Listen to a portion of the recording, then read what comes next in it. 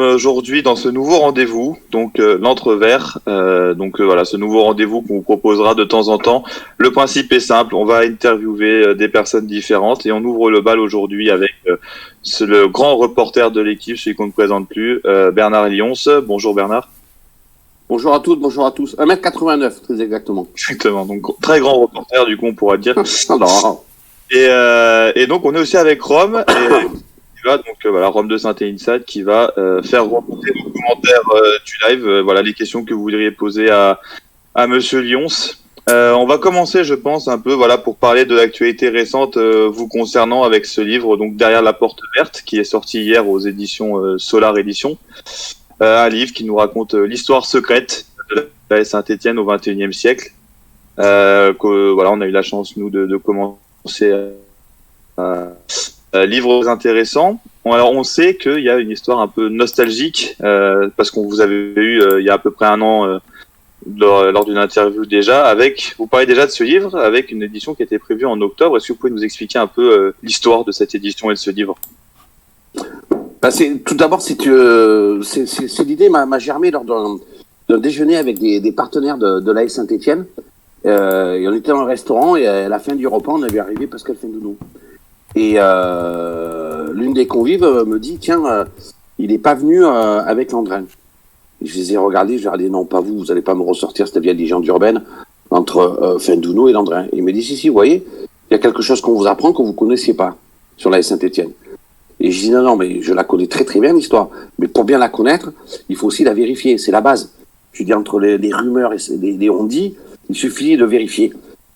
Et l'idée du livre est partie tout simplement de ce déjeuner, donc il y a un petit peu plus de 2 ans. Je suis allé retrouver mon éditeur aux éditions Hugo, avec lequel j'avais fait la Légende des Vers par ceux qui l'ont écrite, qui avait très bien marché, qui était épuisé depuis 2 ans. Et je suis allé le voir pour qu'on le réimprime, et il m'a dit qu'il n'y a pas une idée dans notre sujet. Je lui ai dit oui, j'ai un livre qui est en train de mûrir dans ma tête, c'est raconter un peu la coulisse de la Saint-Étienne au XXIe siècle. Alors, Légende des Vers, ça couvre toute l'histoire de la Saint-Étienne depuis les débuts. Et là, je voulais faire un truc un peu plus d'actualité. Et donc, je me suis lancé dans cette aventure qui m'a pris beaucoup de temps parce que je connaissais des histoires, mais je voulais les vérifier autant que possible. Donc, j'ai sollicité énormément de personnes, 92 au total. 89 ont accepté de m'aider. Malheureusement, entre-temps, il y a eu le confinement. Comme tout le monde le sait, il y a 1 an, et le livre devait sortir le 8 octobre au moment de la grande fête du livre de Saint-Étienne, qui est un des événements littéraires les plus importants de l'année en France. Malheureusement, ça n'a pas été possible. La fête du livre a été décalée au mois de mars, et puis malheureusement, elle n'a pas pu se dérouler là ce mois-ci. Et c'est pour ça que le livre est sorti le 4 mars. Il y a encore aussi une autre histoire, une autre raison secrète, mais je ne sais pas si je dois vous la dévoiler. Ah, ça, libre à vous après de nous dévoiler ce que vous voulez nous dévoiler, bien sûr. Non, je vous taquine, je vais vous expliquer aussi ce qui s'est passé. C'est que le club a mis une énorme pression sur mon éditeur pour que ce livre ne sorte pas, ne soit jamais publié. Et mon éditeur à l'époque a plié, a fini par céder parce qu'ils avaient la licence officielle du club. Et du coup, ils se sont retirés du projet. Ce qui fait que il a fait que je récupère les droits sur le manuscrit, que je remette le manuscrit sur la place des éditeurs à Paris. Je l'ai proposé à 5 éditeurs, 4 me l'ont pris, puis finalement je me suis mis d'accord avec Solar, avec lesquels j'avais déjà, à l'édition Solar, j'avais déjà sorti l'autobiographie de Jean-François Larios. J'ai joué avec Le Feu. Et c'est pour ça qu'aussi il y a eu du retard de 6 mois dans le livre. Mais c'était pas trop mal, pas plus mal finalement, parce que je sais pas si vous avez remarqué, mais à Saint-Étienne, il se passe toujours quelque chose. Et entre juin, juillet et décembre 2020, il y a eu plein d'histoires. Il y a eu la sortie ratée de Loïc Perrin, il y a eu le transfert de Wesley Fofana, il y a eu le licenciement de Stéphane Ruffier, il y a eu le retour avorté de William Saliba. Alors j'étais parti, j'avais pris soin, attention, de m'arrêter à 68 épisodes et pas 69 pour pas me fâcher avec les Stéphanois. Et finalement, j'en ai rajouté 4. Et je pense que ça a rajouté un petit peu de la richesse à cet ouvrage. Et puis aussi un peu d'actualité, puisqu'on termine avec le départ contraint forcé de Xavier Thuot, l'homme liche de Claude Puel. J'en profite pour vous couper. Salut Romain de Saint Inside. Je fais simplement remonter du chat une question. Donc c'est ce que je vais faire pendant tout le long. Il y a Ken qu'on salue, qui est un fidèle, qui te demande si c'est plutôt l'institution qui a mis la pression ou une personne précise au sein du club. C'est une personne qui a décidé au nom de l'institution que ce livre ne devait pas paraître. Alors après, il faut savoir comment ça se passe. Je n'ai jamais rien écrit de sensible sur l'AS Saint-Étienne sans que le club soit prévenu en amont. Alors je sais qu'on fait toujours des pensées en sorcellerie, mais ça peut peut-être vous surprendre ce que je vais vous dire, mais j'ai toujours travaillé en bonne intelligence avec les clubs que j'ai suivis, que ce soit à Bordeaux, à Nantes, à Marseille, au Paris Saint-Germain, etc. par le passé. Et c'est encore plus le cas avec l'AS Saint-Étienne, où quand il y a des sujets ou des articles qui peuvent les mettre en difficulté, ils sont toujours prévenus en amont. Je n'ai jamais pris le club par surprise ou en traîtrise. Il y a même plusieurs fois la possibilité leur a été donnée de répondre aux articles. Après, libre à la direction de la Saint-Étienne de répondre ou pas. Mais ça a toujours été fait en bonne intelligence. Vous vous doutez bien qu'un livre comme ça, je ne peux pas le faire sans avoir des accès directs en interne. Voilà. Pour être clair, dans les 89 personnes, je ne suis pas allé voir les 89 personnes au bistrot du coin. Ça, vous vous en doutez bien.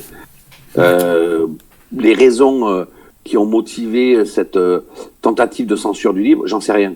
Il faudrait leur poser la question. Je pense quand même que ça a été une décision concertée, au moins, alors collégiale, je ne sais pas. Je suis pas quand même dans le secret des dieux, mais qui a été une décision concertée et puis portée par la personne qui avait la compétence pour interdire la liberté d'expression en France. Ouais, et puis on retrouve justement ce petit pic un peu dans vos remerciements. Où est-ce que vous remerciez donc Monsieur Bouchard des éditions Solar qui dit qu'il a évité la censure pour de bon de ce livre. Et alors justement, l'une des choses en tout cas qu'on entend le plus, c'est une des questions qui nous est le plus revenue, c'est pourquoi sortir ce livre maintenant, et pour citer certains, cette envie de remuer un peu ce qui se passe en interne au club, remuer des conflits pour essayer d'éviter la vulgarité. Qu'est-ce que vous pourriez répondre à ces personnes qui... Alors je sais, je vais être très mal élevé, je vais répondre à une question pour une question. Ça ne se fait pas, mais je vais le faire. Quand aurait-il fallu que je le sorte ? C'est ça la vraie question, parce que c'est comme l'histoire des articles. On me reproche d'écrire et de sortir des articles souvent le jour des matchs, ce qui est absolument faux, pour soi-disant déstabiliser le club. Mais quand un club comme l'AS Saint-Étienne, par exemple la saison dernière, heureusement pour lui, jouait tous les 3 jours, c'était forcément soit le lendemain d'un match, soit la veille, l'avant-veille d'un autre match. Alors ça veut dire que tu es toujours avant un match. Par définition, quand tu joues tous les 3 jours. Donc, ça veut dire quoi ? Ça veut dire qu'il faut jamais sortir les articles. Moi, j'ai un devoir d'informer. Je ne suis pas salarié de l'AS Saint-Étienne. Je ne travaille pas à la direction de la communication de l'AS Saint-Étienne. Je suis grand reporter au journal d'équipe et je témoigne et j'informe sur le quotidien du club auquel je suis détaché. À partir de ce moment-là, je peux comprendre que des fois, il y ait des frictions, mais de grâce, pas de procès en sorcellerie. Un livre, c'est un cheminement. C'est un travail de longue haleine. Vous l'avez compris, ça m'a pris 2 ans pour le matérialiser, à peu près 1 année pour investiguer, et toute la durée du confinement, toutes mes nuits pendant du premier confinement total, je les ai passées envoyé spécial sur mon balcon parisien ou dans ma cuisine à écrire le livre. Il n'y a aucun moment tu peux décider du moment où tu le sors. Je vous dis, on l'aurait sorti le 8 octobre, la Saint-Étienne allait guère mieux. Je le sors le 4 mars, la Saint-Étienne va guère mieux. Il n'y a pas il faut arrêter avec ça. Il n'y a pas de volonté de nuire, de choisir le tempo au moment où ça ferait le plus mal au club. Quand tu fais un livre et que tu prévois une sortie 6 mois à l'avance, on ne peut pas savoir ce qui va se passer 6 mois à l'avance. Et je vais même vous faire une confidence. Mon éditeur était embêté parce que généralement, un livre fonctionne beaucoup mieux quand tout va bien dans un club. C'est-à-dire quand le club se retrouve en difficulté, que les supporters ont pas trop le moral, ils sont un peu dépités, ils ont tendance à moins aller au stade, mécaniquement, à moins acheter de maillots, mécaniquement, et à moins lire de livres sur leur club de cœur avec lequel ils sont un petit peu fâchés ou qui les fait souffrir, mécaniquement. Il est vrai, il est vrai. Et justement, pour se plonger un peu dans ce livre, alors on va d'histoires un peu sympathiques sur des Patrick Guillou, des Moulins, etc. Des histoires qui font un peu plus peur sur la gestion interne du club. Si vous deviez retenir un épisode, parce qu'on rappelle, voilà, ça a été rédigé à la manière d'un polar en saison et en épisode, c'est très agréable à suivre sur ce côté. Et justement, s'il y avait un épisode que vous conseilleriez, celui qui vous a le plus marqué, peut-être vous devriez retenir lequel selon vous. Alors, ça va vous surprendre, mais il y en a un qui est un peu externe à la coulisse stéphanoise, c'est le chapitre concernant les amants de Mazzari.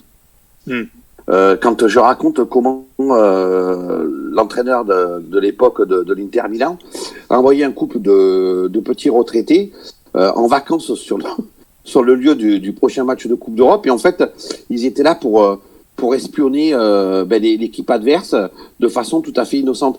Je trouvais que ça faisait très procédé un peu KGB, ça faisait très série américaine. Et je trouvais ça assez hallucinant en fait et c'était sur les données propres de Mazzari, et je trouvais ça je trouvais une histoire, je trouve ça assez touchante, assez rigolote. Après il y a quand même un peu l'histoire, c'est ce que je mets au début du livre, hein. Faut arrêter de penser que c'est un pamphlet sur la Saint-Étienne, etc. C'est la vie de tout un chacun, comme dans n'importe quelle famille, sauf que la Saint-Étienne, c'est une grande famille. C'est une famille qui est très médiatisée, qui est chère au cœur de centaines de milliers de Français, et que ça prend des proportions plus importantes. Mais voilà, c'est la vie de n'importe quelle famille, où il y a des joies, il y a des rires, il y a des pleurs, il y a des moments insolites, il y a des moments difficiles, il y a des disputes, parce que dans toutes les familles on se dispute. Et voilà, c'est juste un cliché et une photographie de ce qu'a été la vie de la Saint-Étienne lors de ces 20 dernières années. On me dirait c'est la vie normale d'un club ou de toute société humaine. Oui, à la différence quand même qu'à Saint-Étienne, et c'est ce qui rend le côté un peu plus folklorique ou désespérant, c'est selon vos avis, c'est que c'est une direction bicéphale, et que depuis 2004, il y a deux courants très forts au sein du club. D'un côté Roland Romeyer et de l'autre Bernard Cayasso. Alors souvent ça brouille un peu les pistes, ça donne des jeux de pouvoir qui amènent des fois à des situations ubuesques. Alors, je me permets d'intervenir sur le chat, beaucoup de questions. Alors, j'essaye de prendre les plus intéressantes. On a des personnes qui vous font quelques reproches. Hein. Je fais remonter parce que c'est votre droit de pouvoir vous défendre. Donc, en gros, on a notamment. Mais je me sens pas attaqué. Écoutez, pas de souci. Moi, je me sens pas attaqué. C'est un débat. Oui, tout à fait. Discuter. Et moi, je comprends tout à fait. Encore une fois, je comprends tout à fait la position des supporters qui ont toujours l'impression que j'attaque le club.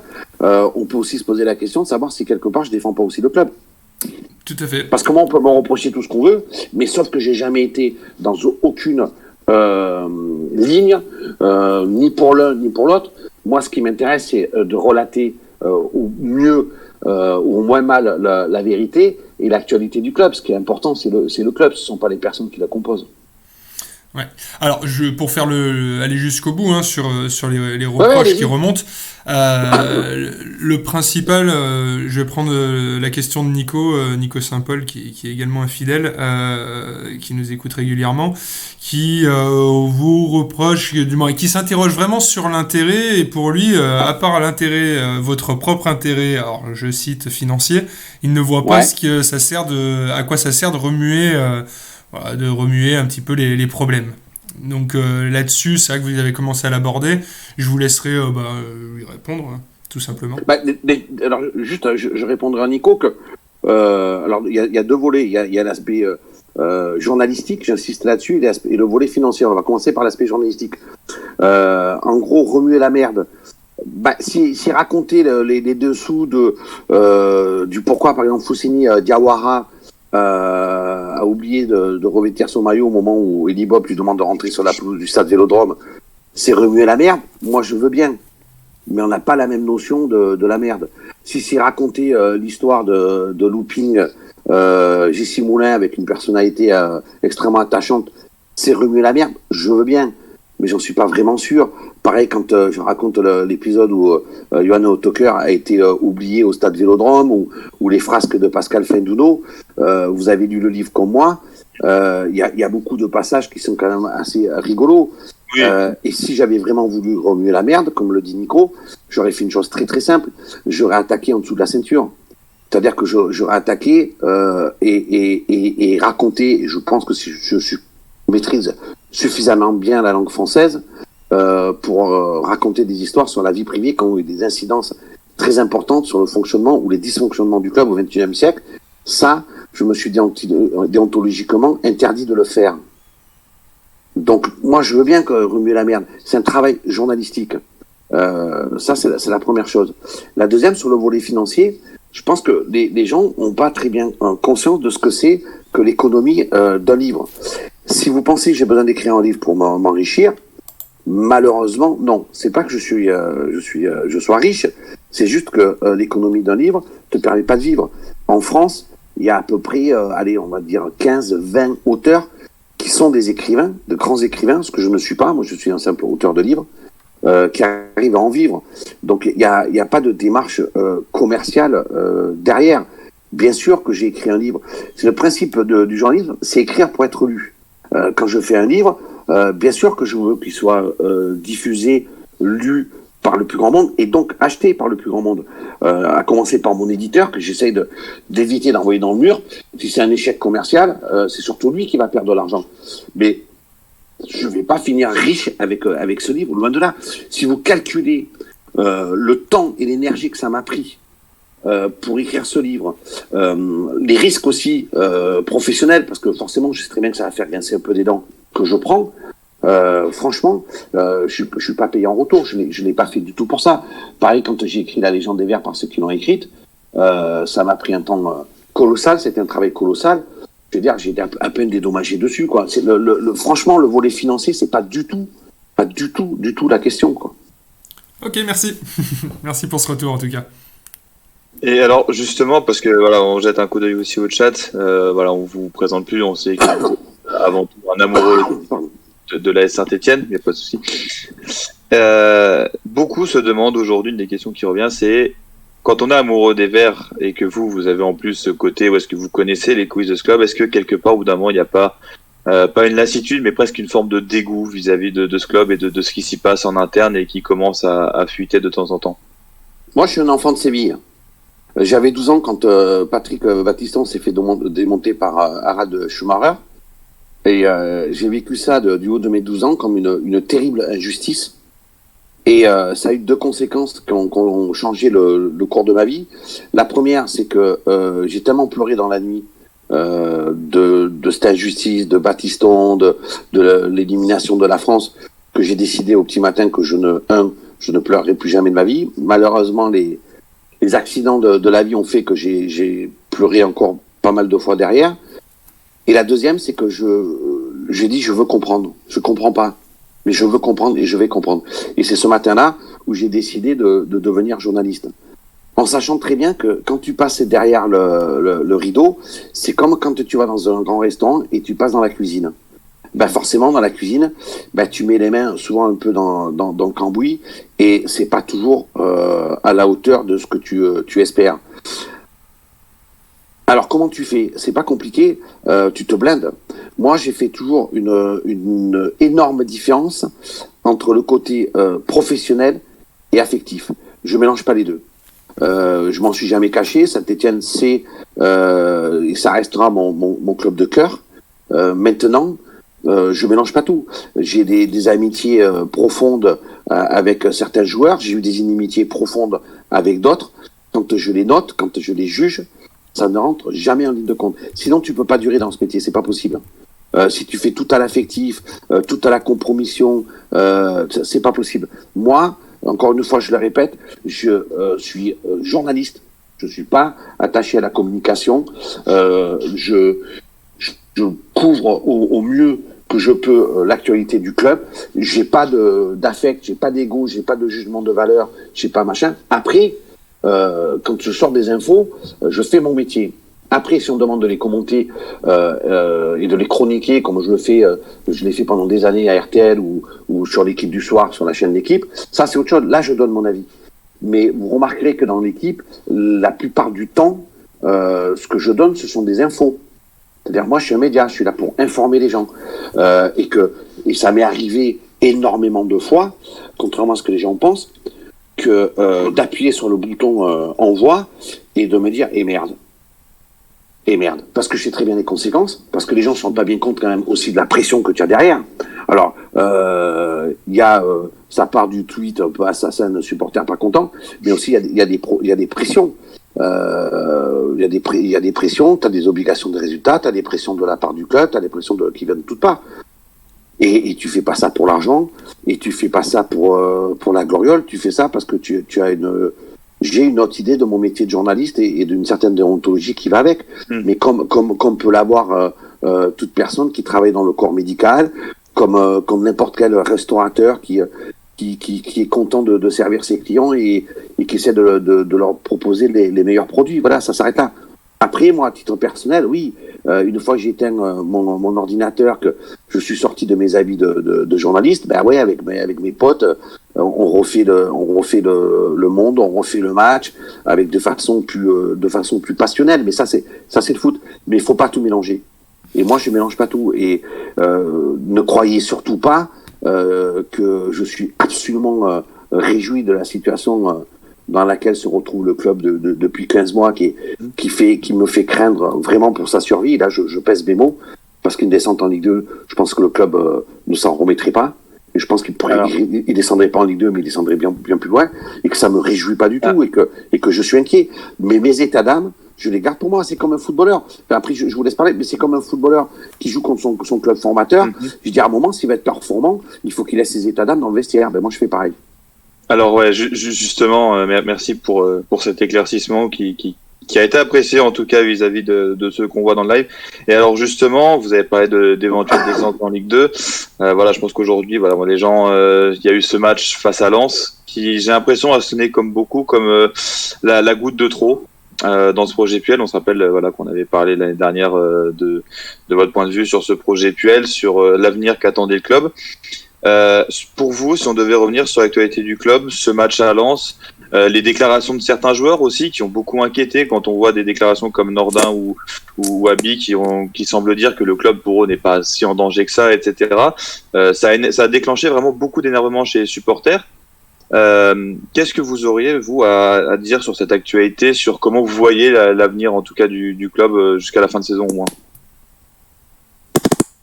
Je vous ai perdu. Non, c'est tout bon. Allô, c'est bon, vous m'entendez? Non, ouais, j'ai pas entendu votre question. Excusez-moi, il y a eu un petit buzz. Ah, pardon, pas de souci. Juste donc pour vous dire, voilà, donc hier, pas hier, le match dernier face à Lens a semblé pour beaucoup de supporters comme une rupture. On a vu beaucoup d'énervement sur les réseaux sociaux, notamment sur les déclarations de certains joueurs et de Claude Puel en conférence de presse, qui semblent déconnectés, pour citer certains. Selon vous, la fin de saison des Verts, vous la voyez comment actuellement? Est-ce que vous y croyez encore à un éventuel miracle, à un maintien, ou plutôt relégation et fin du projet Puel? Alors, il y a un truc que je comprends pas. La communication officielle du club, c'était que heureusement qu'on avait tout changé, parce que sinon on allait dans le mur. Bon, je veux bien, je n'ai jamais compris pourquoi on nous avait expliqué ça. Le club était 4e.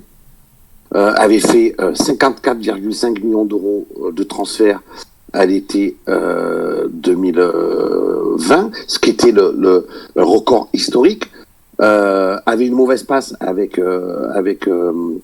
Ghislain Printemps, c'était une mauvaise passe et le redressement était un peu amorcé avec le nul devant Wolfsburg et la victoire à Nîmes. Et on met un projet en place que je n'ai toujours pas compris, qu'on m'a toujours pas clairement expliqué. Et on est aux portes de la Ligue 2.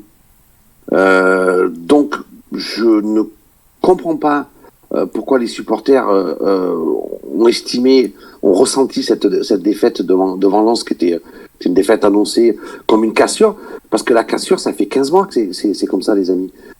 Pour moi, la cassure, c'est le match de début décembre 2019 à Rennes, quand ils perdent à la dernière minute nos amis verts sur une tête Da Silva avec Mbila qui reste planté sur les crampons sur le terrain et qui a mis fin aux 9 matchs sans défaite de Puel. Mais depuis décembre 2019, qu'est-ce qui s'est passé?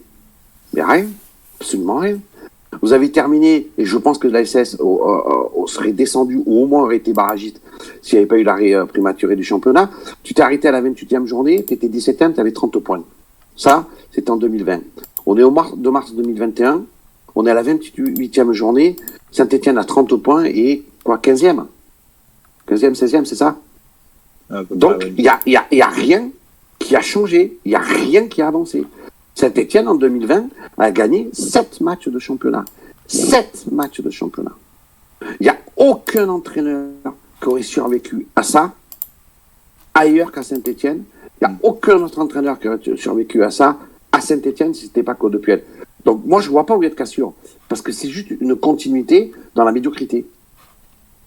Et quand je dis ça, je ne suis pas anti-Puel, je ne suis pas anti-ASSE. C'est juste un constat. C'est un constat qui est froid et implacable et qui est extrêmement inquiétant. Ils ne sont pas dans une mauvaise passe, il faut arrêter de dire ça. Ils sont juste dans un marasme total depuis 15 mois. Alors, je veux bien qu'on m'explique que heureusement qu'on a eu ces 15 mois qui ont évité au club d'aller dans le mur. Mais enfin, excusez-moi, mais depuis 15 mois, le club va dans le mur. Il est vrai. Et justement, une autre question qui revient là, parce que justement, donc après Lens, il y a eu 2 échos différents sortis par différentes sources d'informations, notamment sur les réseaux sociaux. D'un côté, on disait qu'il y aurait eu une explication froide, impliquant notamment Jessie Moulin, dans le vestiaire après le match de Lens, et d'autres disaient qu'au contraire, on avait eu un vestiaire très froid, très refermé sur lui-même. Est-ce que vous avez des retours sur ce vestiaire? Parce qu'on a du coup deux échos différents qui sont venus du côté des Verts. Moi, j'ai pas eu honnêtement, j'ai pas eu de retour là-dessus. J'ai pas cherché à en avoir parce que je sais exactement ce qui se passe dans le vestiaire et que de toute façon, de dire qu'ils se sont disputés, pas disputés, etc., ça change pas grand-chose.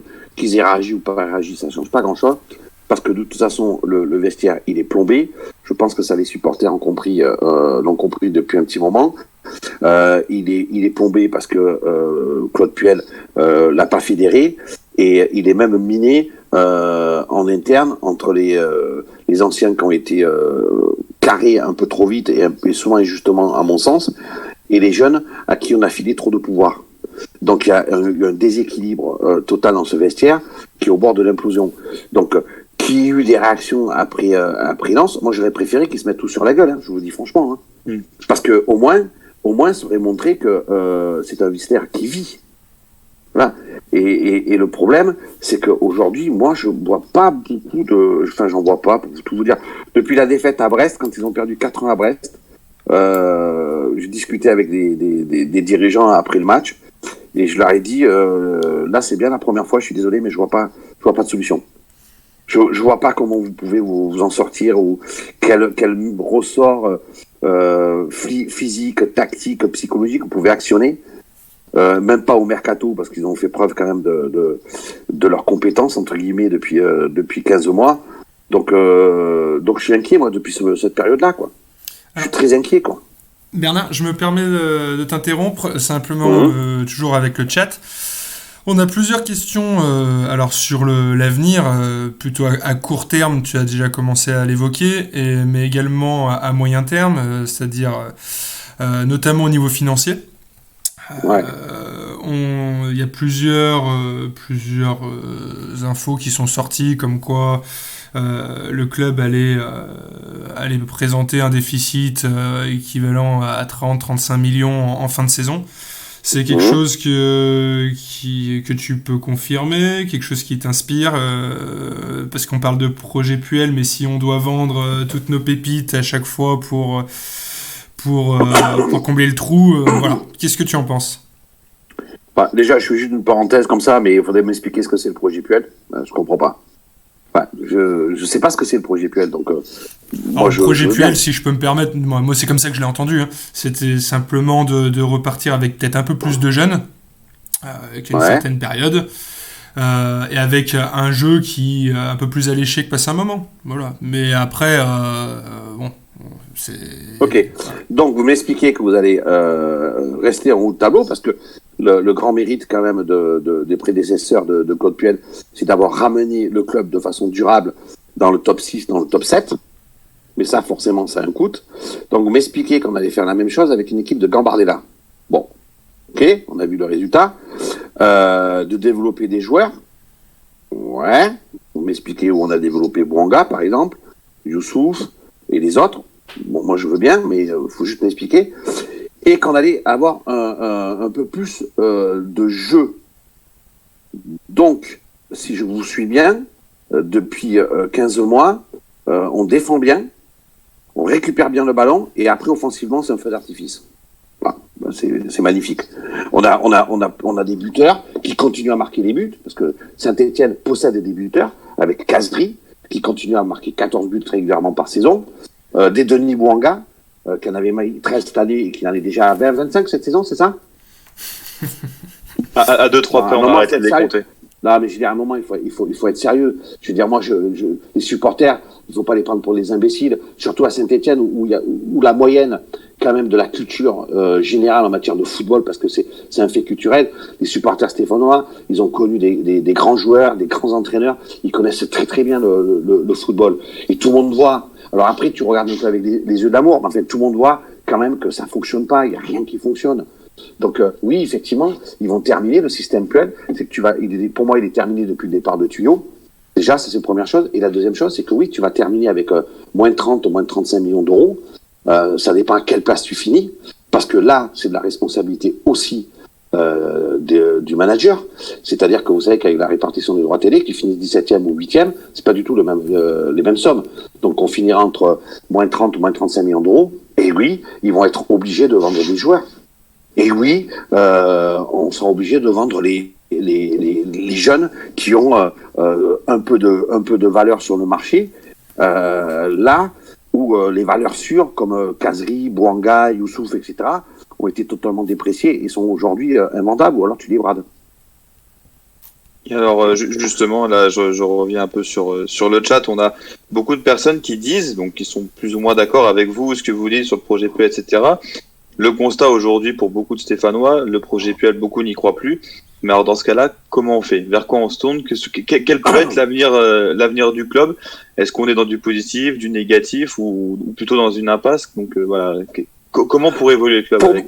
Pour moi, ils se sont mis dans une impasse, et je veux dire pourquoi. Tout simplement parce que vous pouvez le percevoir en allant derrière la porte verte. Souvenez-vous ce qui s'était passé en 2009. Quand la greffe Perrin, Alain Perrin, avait pas prise. Eh ben, on se retrouve exactement dans la même situation, peu ou prou, 10 ans après.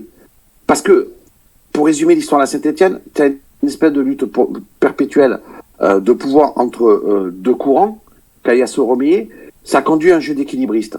Et à force de se trouver sur le fil, même un funambule arrive à se casser la gueule. Et on y est, en 2009, c'est ce qui s'était passé. Mais là, ils avaient une solution interne, ça a été Christophe Galtier. Parce que quand tu as une crise sportive, c'est-à-dire une crise de résultats, tu as forcément derrière une crise économique, parce que Saint-Etienne n'a pas suffisamment de capitaux propres et n'a pas un Valdemar Kita pour éponger les déficits. Donc ils ont switché, ils sont arrivés à... Il faut pas oublier qu'en février 2010, quand même, le club était en cessation de paiement. Hein. On se retrouve dans la même situation aujourd'hui, pas au prou, j'exagère un peu, mais le schéma, il est le même. Et ils avaient une solution interne, ils ont switché Perrin par Galtier. Là, tu avais cette possibilité-là, tu avais un entraîneur qu'ils n'ont pas jugé suffisamment compétent, intéressant, ou vous appelez ça comme vous voulez, pour le retenir, c'était Laurent Batès. Oui. Batès, il est parti, aujourd'hui il est à 3. Donc tu n'as plus de solution interne.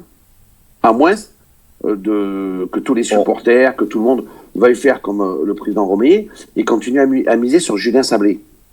Oui, c'est ça la réalité. C'est comme ça qu'on nous le vend en tout cas depuis des années. Julien Sablé, c'est censé être le futur Galtier en tout cas.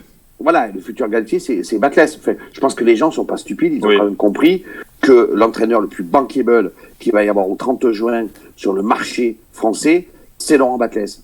C'est le même entraîneur qui a fini sa carrière à Saint-Etienne de joueur, qui s'est reconverti à Saint-Etienne, recruteur puis entraîneur, et qu'on a laissé partir. Tu peux nous en dire plus sur son départ, justement, s'il te plaît? Alors ouais, voilà, justement, ouais, c'est sur ça que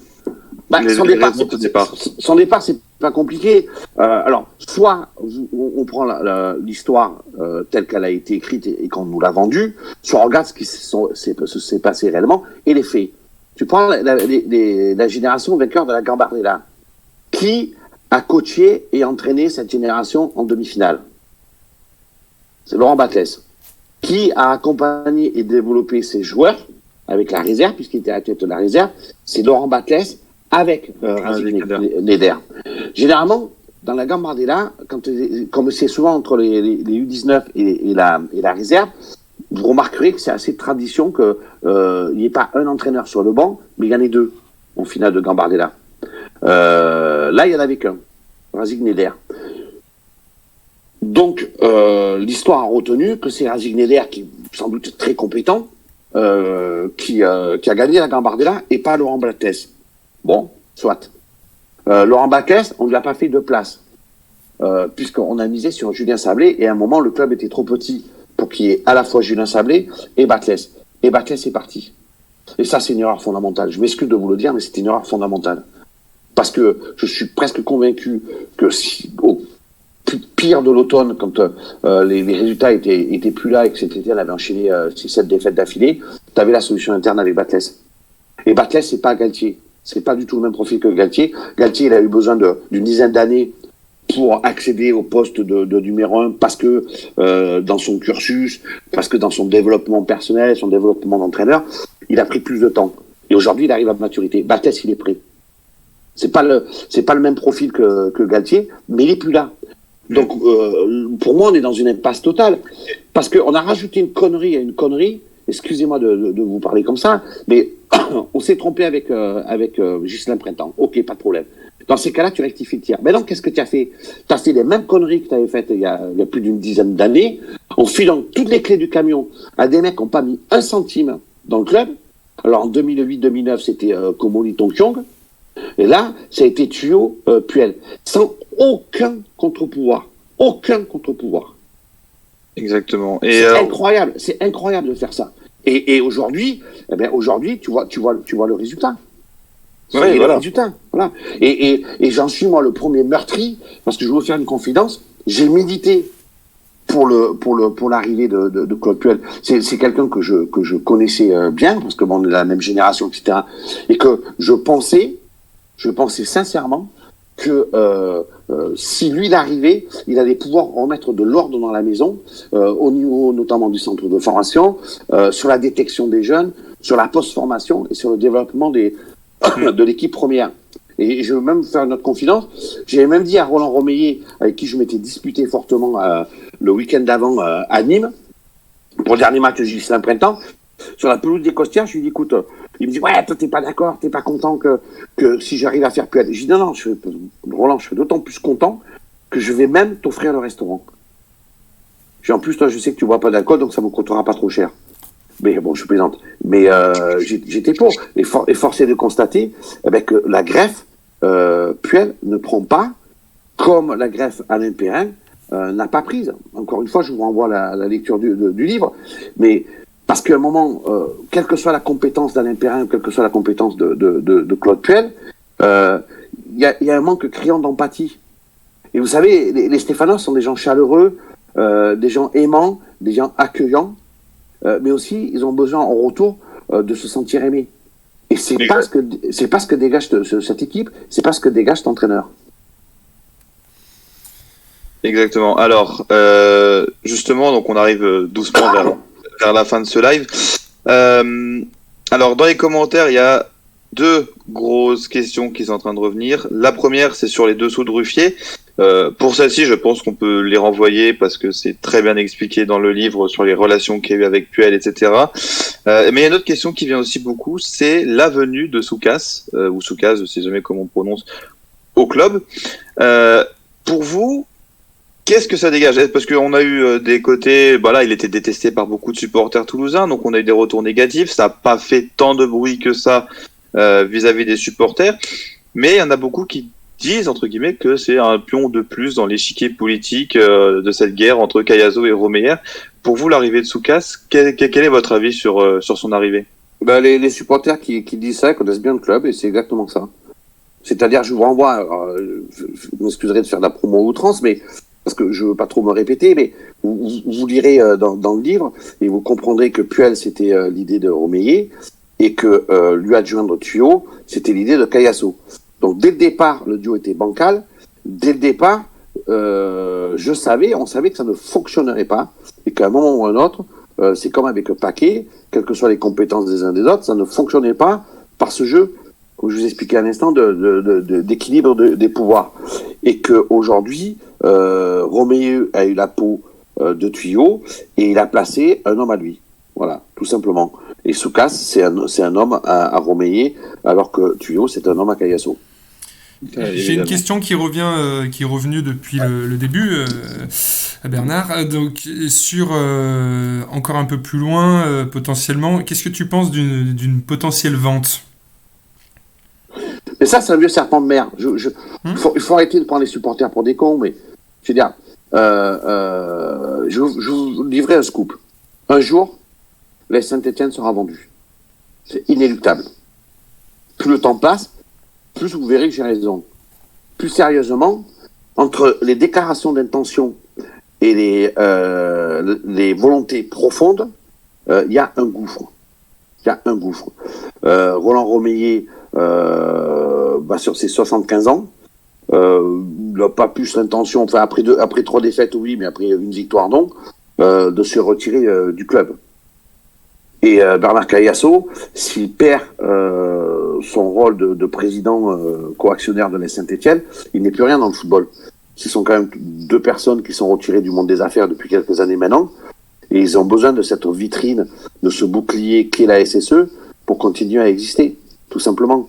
Donc, d'où l'idée d'un 3e actionnaire minoritaire fort, c'est-à-dire qu'ils veulent trouver excusez l'expression, mais un pigeon qui serait prêt à investir 30 millions d'euros à leur place et d'acheter la voiture, mais de rester assis sur le fauteuil arrière. Ça n'existe pas. Ça, c'est pas possible. Dans le monde des affaires, ça fonctionne pas comme ça. Donc, si quelqu'un vient et achète le club, il rachètera tout le club et il les mettra dehors. Mais c'est pas à l'heure du jour. C'est pas à l'heure du jour. Alors, il faut faire très attention parce que... On nous a vendu à Bernard Cayazo qui est censé être en mission recherche d'investisseurs.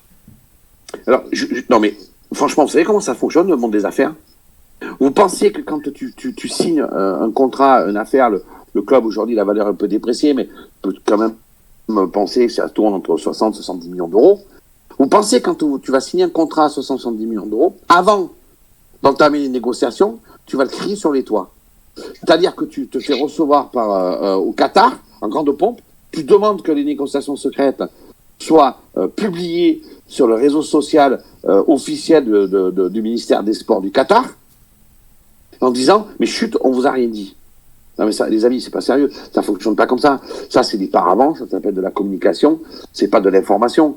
Moi, j'ai beaucoup travaillé sur le dossier Pixis, et je l'avais sorti en avant-première dans le journal d'équipe.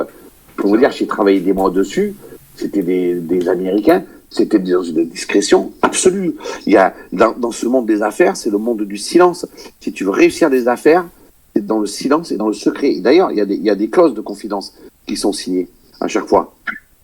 Donc le faire croire et crier sur tous les doigts, oui, je cherche un partenaire. Oui, je suis là. Regardez, je suis en train de faire ça, ce machin. Ça, c'est la com, c'est du vent. C'est du vent. Et maintenant, la vraie question qu'il faut se poser, parce que Saint-Etienne, c'est un grand club, mais ça veut dire que ça a des grandes infrastructures, donc ça veut dire que c'est un paquebot qui coûte cher, rien qu'en frais de fonctionnement. Pas la même chose si tu as une salle des fêtes ou tu tiens le Zénith à Saint-Etienne. Hein. Vous voyez, en termes de chauffage, d'éclairage, etc. Un club de foot, c'est pareil. Et là, aujourd'hui, vous regardez quand même ce qui se passe dans le foot. Les investisseurs étrangers, ils vont plus facilement acheter un club de D2, de Ligue 2, Troyes, Châteauroux, Nancy, parce que c'est des clubs qui sont dimensionnés de taille moins importante que Saint-Etienne, qui sont en Ligue 2, que le jour où ils montent, ils récupèrent la timbale des droits télé, et qu'en termes de coûts de fonctionnement, de budget, de centre de formation, etc., il coûte moins cher. Il coûte moins cher à l'achat et moins cher à entretenir. Donc moi aujourd'hui, je suis un peu dubitatif. J'espère que le prince charmant saoudien ou haïtien ou tout ce que vous voulez viendra. Mais est-ce que la mariée est assez belle aujourd'hui? C'est tout le problème, quoi. Je fais juste une petite parenthèse. Il faut quand même rendre grâce à Roland Romeillet, comme je l'explique dans le livre, quand il a été reçu à Lyon dans le plus grand secret par King Street. Vous savez, le fonds de pension américain qui au départ voulait acheter la Saint-Étienne, d'avoir été conduit par Romeillet parce que il sentait pas l'affaire. Et du coup, ils se sont rabattus sur Bordeaux et on voit la pagaille dans laquelle se retrouvent les Girondins aujourd'hui. Et c'est vrai. Et on arrive donc vers la fin de ce live. Je pense que voilà, on peut finir en beauté sur cette belle phrase. Voilà, je rappelle à tout le monde donc ce livre de Bernard Lyons qui est disponible depuis hier aux éditions Solar Édition, disponible voilà en librairie, vous pouvez vous le procurer assez facilement. Voilà, personnellement, je l'ai bien attaqué, il se lit très facilement. On plonge vraiment dans les coulisses des Verts, écriture originale hein, avec donc en saison et en épisode à la manière d'une série. Voilà, et je pense que je le recommande en tout cas à tous ces amoureux du peuple vert, même si certains vont s'interroger sur le timing, etc. Voilà, on reste sur un ouvrage qui nous permet de mieux comprendre le fonctionnement. Ça répond à beaucoup de questions aussi avec ces chapitres qui ont été rajoutés, notamment sur Fofana, sur Ruffier, Saliba, le départ de Tuyo. Donc voilà, merci beaucoup aux personnes qui étaient là dans le live pour vos questions. On n'a pas pu répondre à tous malheureusement. Pour vous, on se dit rendez-vous donc lundi soir pour le Saint-Étienne Night Club, évidemment avec un nouveau casting encore. Et bien évidemment, un grand merci à Rome et à Bernard Lyons qui nous a fait l'honneur d'être ici avec nous pour parler de l'actualité des Verts, de son livre. Donc voilà, on rappelle Derrière la porte verte, disponible depuis hier, à recommander aux amoureux du peuple vert. Donc voilà, bonne journée à tous et allez les Verts.